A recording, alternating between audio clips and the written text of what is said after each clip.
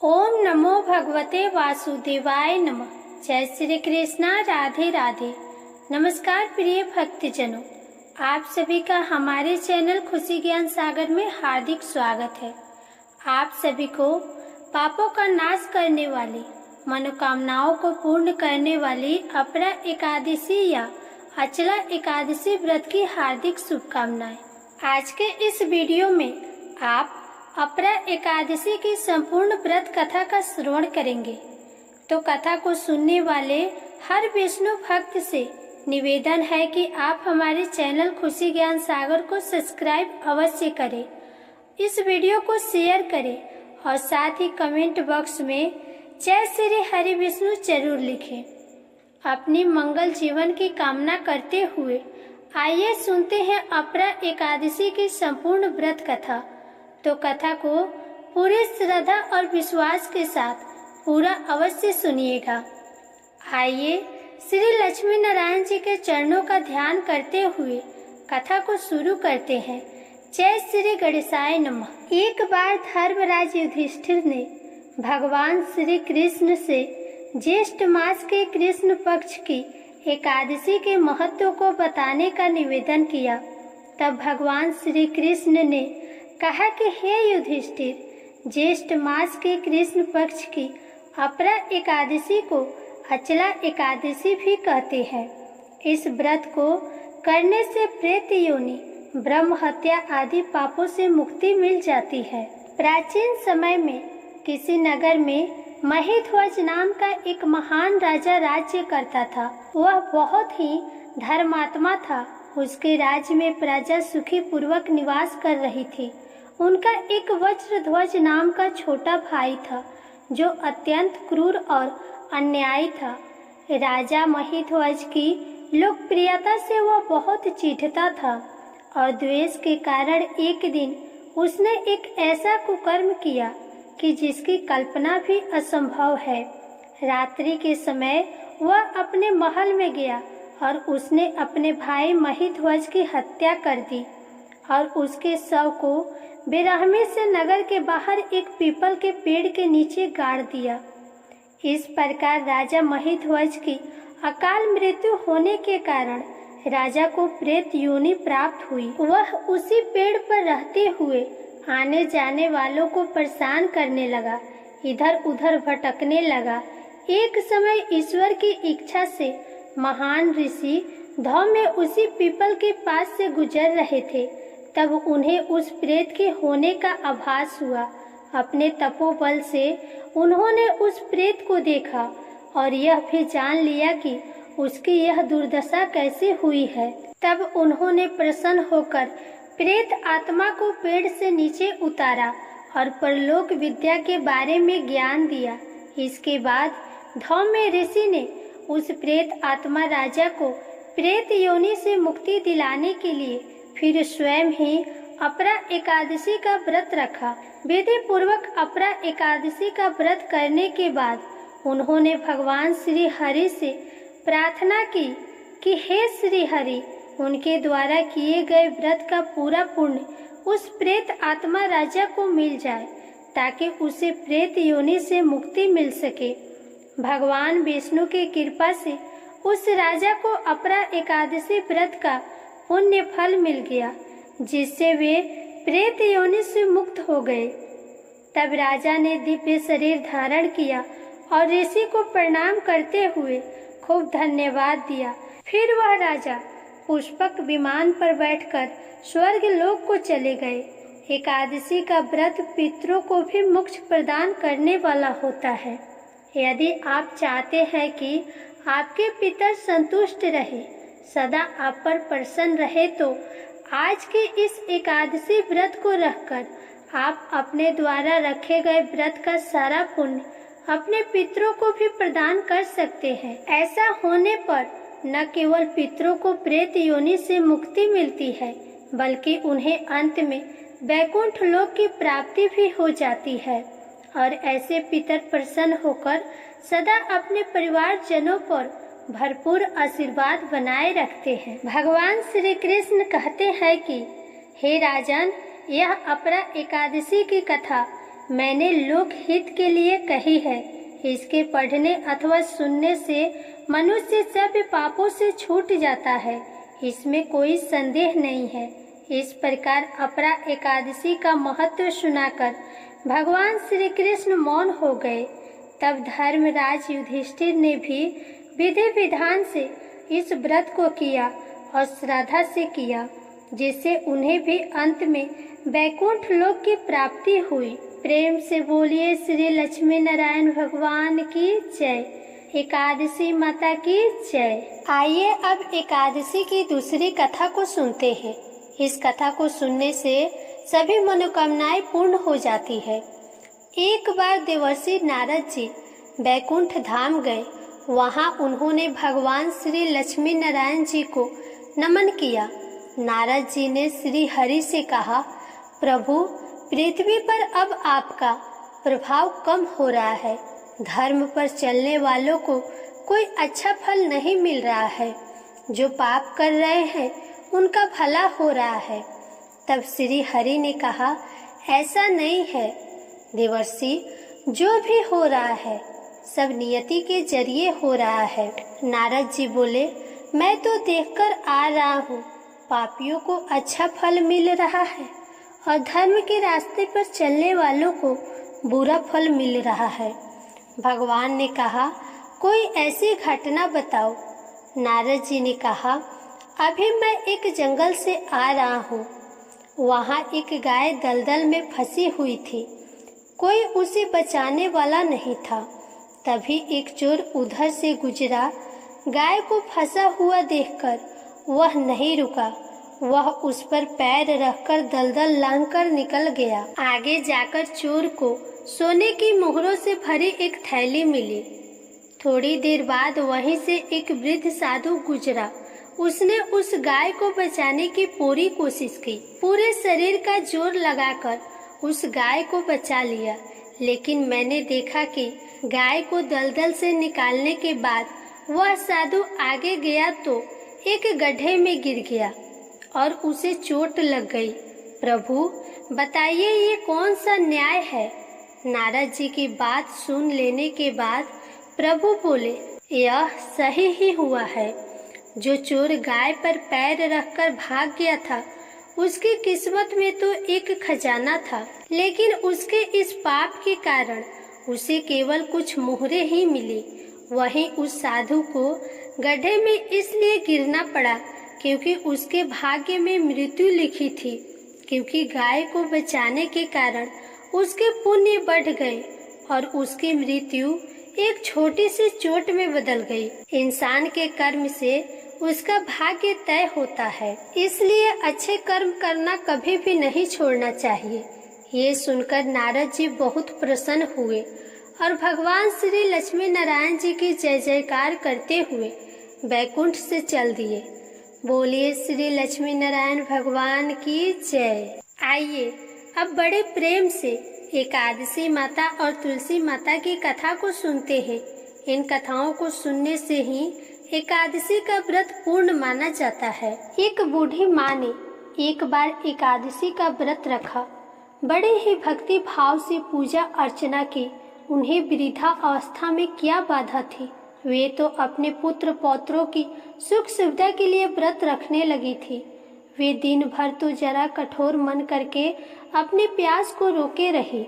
दिन में पूजा पाठ किया, कथा सुनी और पंडित जी को मिट्टी के पात्र में भरकर पानी और ऋतु फल दान में दिए। दोना भर भर के बूरा शक्कर वितरण किया। उन्हें गर्मी के कारण बहुत बेचैनी हो रही थी। इस कारण से बड़ी देर तक पानी में पड़ी रही और पानी की कुल्ला करती रही। अपना मुंह धोती रही। तब कहीं थोड़ा बहुत उसे धैर्य बंध पाया। धूप तो बहुत तेज पड़ रही थी, इस कारण बार बार उनका मुख सूख रहा था। बूढ़ी माँ बहुत बेचैन हो रही थी। एक तरफ बुढ़ापा और दूसरा यह भयंकर गर्मी। वृद्धा अवस्था की स्थिति तो कुछ दूसरे प्रकार की ही होती है। जैसे जैसे रो धो के दिन कट पाया, अब पहाड़ सी रात सामने थी। उसका कटना बड़ा ही कठिन दिखाई दे रहा था। खटिया पर पड़े पड़े शांति नहीं मिल रही थी। वे बार बार करवट बदल रही थी। अनेक बार वे बाहर जाती और भीतर आती। उन्हें घर के अंदर शांति नहीं थी। वे पड़ी पड़ी एकादशी माता का स्मरण करती रही। वे कहती रही कि हे माता जी, आप मेरी लाज रखिएगा, आप ही मुझे शक्ति दीजिएगा जिससे मैं भली भांति आपका व्रत कर सकूं और यह पहाड़ सी रात शांति पूर्वक व्यतीत हो सके। प्यास के कारण बूढ़ी माँ की बेचैनी तो बढ़ ही रही थी। उन्होंने धैर्य रखने का बहुत प्रयास किया, किंतु सहनशीलता की सीमा टूट गई और वे घबराकर एकदम चिल्ला पड़ी और बोले कि बचाओ बचाओ। अम्मा का चिल्लाना सुनकर परिवार भर के नर नारी, बच्चे और पड़ोसी एकत्र होकर बूढ़ी अम्मा के खटिया के समीप आ पहुँचे। सबने पूछा कि अम्मा जी, आपको क्या हुआ? आप क्यों चिल्ला रही हैं? आप इस वृद्धा अवस्था में यह कठिन व्रत क्यों कर रही हैं? अम्मा जी, शक्ति से ही भक्ति होती है। थोड़ी ही देर में वे फिर से बोली, अरे हमारे तो प्राण ही निकले जा रहे हैं। मेरी छाती पर ठंडे पानी का घड़ा रख दीजिए। नातियों ने दादी की छाती पर ठंडे पानी का पात्र रख दिया। तब कहीं उन्हें थोड़ा बहुत आराम मिला और थोड़ी देर के लिए उन्होंने अपनी आंखें बंद कर ली। एकादशी माता ने सोचा कि यह बूढ़ी अम्मा तो बहुत कठोर है, जरा जाकर उसकी परीक्षा लेनी चाहिए। वे आधी रात को मुर्गा बनकर टेर लगाने लगी। मुर्गा की आवाज सुनकर बूढ़ी अम्मा जल्दी से उठी और बाहर जाकर आसमान की ओर देखने लगी, किंतु आसमान में कहीं उन्हें प्रातःकालीन तारा दिखाई नहीं दिया। तो वे सोचने लगी कि यह मुर्गा क्यों और कैसे भूल गया। उन्हें प्यास तो लग ही रही थी। थोड़ा बहुत उनका मन विचलित होने लगा, किंतु उन्होंने दृढ़ निश्चय किया कि मैं अब व्रत को पूर्ण करके ही छोड़ूंगी, चाहे भले ही मेरे प्राण निकल जाए। यह सोचकर फिर वे खटिया पर शिथिल होकर लेट गई।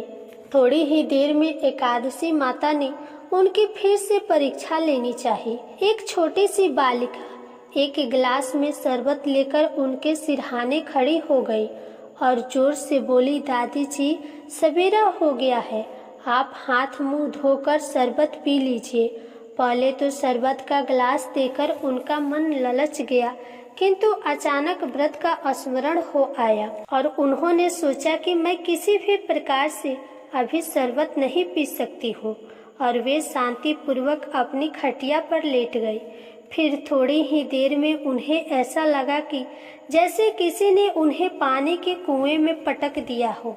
वे बड़ी देर तक इस कुएं में हाथ पांव चलाती रही, किंतु उन्होंने अपनी मुंह में पानी की एक बूंद भी नहीं जाने दी और वे दृढ़ता पूर्वक अपना व्रत पालन करती रही। थोड़ी ही देर में न जाने कहां से सामने आग जलने लगी, जिससे भारी गर्मी बढ़ने लगी। प्यास के कारण प्राण निकलने लगे, किंतु बूढ़ी अम्मा का कुछ भी नहीं बिगड़ पाया। वे जहाँ के तहाँ मुस्कुराती हुई सी बैठी रही और थोड़ी ही देर में बाहर प्रकाश दिखाई देने लगा। ऐसा लगा कि जैसे सवेरा हो गया हो। बूढ़ी अम्मा ने जब बाहर निकलकर देखा तो वे समझ गई कि अभी सवेरा होने में 3-4 घंटे की देरी है। यह जानकर वे शांति पूर्वक इधर उधर घूमने लगी।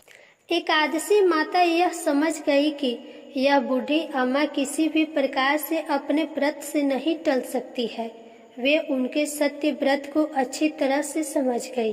सवेरा होते ही बूढ़ी अम्मा ने स्नान किया, पूजा पाठ किया, एकादशी माता की कथा सुनी, ब्राह्मणों को दक्षिणा देकर भोजन कराया। तब कहीं उन्होंने जल ग्रहण किया। कन्याओं को भोजन कराने के बाद अम्मा ने स्वयं भोजन किया। इस श्रेष्ठ व्रत के प्रताप से बूढ़ी अम्मा के आयु में वृद्धि हो गई। उनका घर परिवार हरा भरा हो गया। घर में अब उनके कोई अभाव नहीं रहा। वे हर तरह से सुख साधन से संपन्न हो गए। नात नतनी से उनका घर भर गया। वे उसी दिन से 12 महीनों का एकादशी का व्रत करने लगी। एकादशी माता के व्रत के प्रताप से इस संसार में हर प्रकार के सुख भोग कर वे अंत में बैकुंठ धाम को चली गई। जैसे एकादशी माता ने बूढ़ी माता और उनके परिवार को हरा भरा किया, वैसे ही एकादशी माता हम सभी की मनोकामनाओं को पूर्ण करे। प्रेम से बोलिए एकादशी माता की जय। श्री लक्ष्मी नारायण भगवान की जय। अब आइए तुलसी माता की कथा को सुनते हैं। एक कथा के अनुसार एक कुटुंब में ननद और भाभी साथ रहती थी। ननद के विवाह अभी नहीं हुआ था। वह तुलसी की पौधे की बहुत सेवा करती थी। उसकी भाभी को ये सब बिल्कुल भी पसंद नहीं था। जब कभी उसकी भाभी को अत्यधिक क्रोध आता तब वह उसे ताना देते हुए कहती कि जब तुम्हारा विवाह होगा तो मैं तुलसी ही बारातियों को खाने को दूंगी और तुम्हारे दहेज में भी तुलसी ही दूंगी। कुछ समय बीत जाने पर ननद का विवाह पक्का हुआ। विवाह के दिन भाभी ने अपनी कथनी के अनुसार बारातियों के सामने तुलसी का गमला फोड़ दिया और खाने के लिए कहा। तुलसी की कृपा से वह फूटा हुआ गमला अनेक स्वादिष्ट पकवानों में बदल गया। भाभी ने गहनों के नाम पर तुलसी की मंजरी से बने गहने पहना दिए। वह भी सुंदर सोने ज्वरात में बदल गए। भाभी ने वस्त्रों के स्थान पर तुलसी का जनेऊ रख दिया। वह रेशमी तथा सुंदर वस्त्रों में बदल गया। ननद की ससुराल में उसके दहेज की बड़ी प्रशंसा की गई। ये बात भाभी के कानों तक भी पहुंची। उसे बड़ा ही आश्चर्य हुआ। उसे अब तुलसी माता की पूजा का महत्व समझ आया। भाभी की एक लड़की थी। वह अपनी लड़की से कहने लगी कि तुम भी तुलसी की सेवा किया करो, तुम्हें भी बुआ की तरह फल मिलेगा। वह जबरदस्ती अपनी बेटी से सेवा करने को कहती, लेकिन लड़की का मन तुलसी सेवा में नहीं लगता था। लड़की के बड़े होने पर उसके विवाह का समय आता है, तब भाभी सोचती है जैसा व्यवहार मैंने अपने ननद के साथ किया था वैसा ही मैं अपनी लड़की के साथ करती हूँ, तो ये भी गहनों से लद जाएगी और बारातियों को खाने को पकवान मिलेगा। ससुराल में भी इसे बहुत इज्जत मिलेगी। यह सोचकर वह बारातियों के सामने तुलसी का गमला फोड़ देती है, लेकिन इस बार गमले की मिट्टी मिट्टी ही रहती है। मंजरी तथा पत्ते भी अपने रूप में ही रहते हैं। जनेऊ भी अपना रूप नहीं बदलता। सभी लोगों तथा बारातियों द्वारा भाभी की बुराई की जाती है। लड़की के ससुराल वाले भी लड़की की बुराई करते हैं। भाभी कभी ननद को नहीं बुलाती थी। भाई ने सोचा मैं अपनी बहन से मिलकर आता हूँ। उसने अपनी पत्नी से कहा और कुछ उपहार ले जाने की बात कही। भाभी ने थैले में ज्वार भरकर कहा कि और कुछ नहीं है, तुम यहीं ले जाओ। वह दुखी मन से बहन के पास चल दिया। वह सोचता रहा कि कोई भाई अपनी बहन के घर ज्वार कैसे ले जा सकता है। यह सोचकर वह एक गौशाला के पास रुका और ज्वार का थैला गाय के सामने पलट दिया। तभी गाय पालने वाले ने कहा कि आप गाय के सामने हीरे मोती तथा सोना क्यों डाल रहे हो। ये देखकर भाई को बड़ा ही आश्चर्य हुआ और उसने सभी हीरे मोती तथा सोना वापस अपने थैले में रख लिया। भाई ने सारी बात अपनी बहन को जाकर बताई और बड़ी खुशी खुशी उसने सारे हीरे मोती और जेवर अपनी बहन को दिए। दोनों भाई बहन एक दूसरे को देखकर अत्यंत प्रसन्न हुए।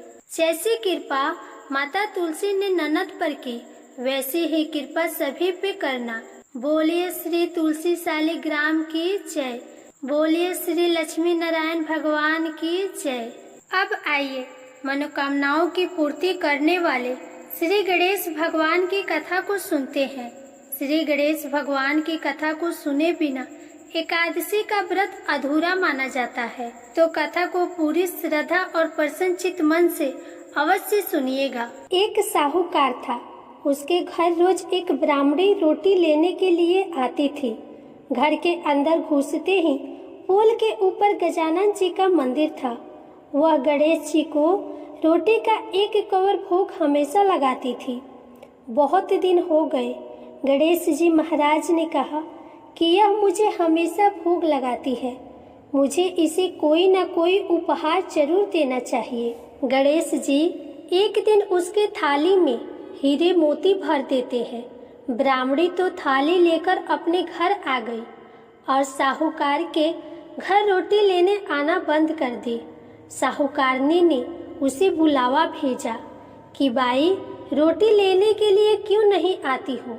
ब्राह्मणी ने कहा कि मुझ पर गणेश जी प्रसन्न हो गए, बहुत वर्ष तक रोटी लेने आ गई, परंतु अब नहीं आऊंगी। साहूकारनी मन में बहुत नाराज हुई और गणेश जी से कहा कि आप ब्राह्मणी के ऊपर प्रसन्न हुए, परंतु मुझ पर नहीं। तब गणेश जी की मूर्ति हटाकर बाहर फेंक दी। इधर सेठ जी की दुकान में धंधा पानी बंद हो गया। एक दिन सेठ जी की नजर पोल के मंदिर पर गई तो सेठानी जी से पूछा कि गणेश जी कहाँ गए? तो साहूकारनी ने कहा कि ऐसे गणेश जी का क्या करें जो ब्राह्मणी पर तो प्रसन्न हो गए लेकिन हमारे ऊपर प्रसन्न नहीं हुए। इस कारण मैंने गणेश जी को बाहर फेंक दिया। तब सेठ जी ने कहा कि यह तुमने क्या किया? मेरा तो व्यापार और धंधा चलना बंद हो गया है। गणेश जी तुमने कहाँ फेंके हैं? जल्दी बताओ, मैं उन्हें वापस लेकर आता हूँ।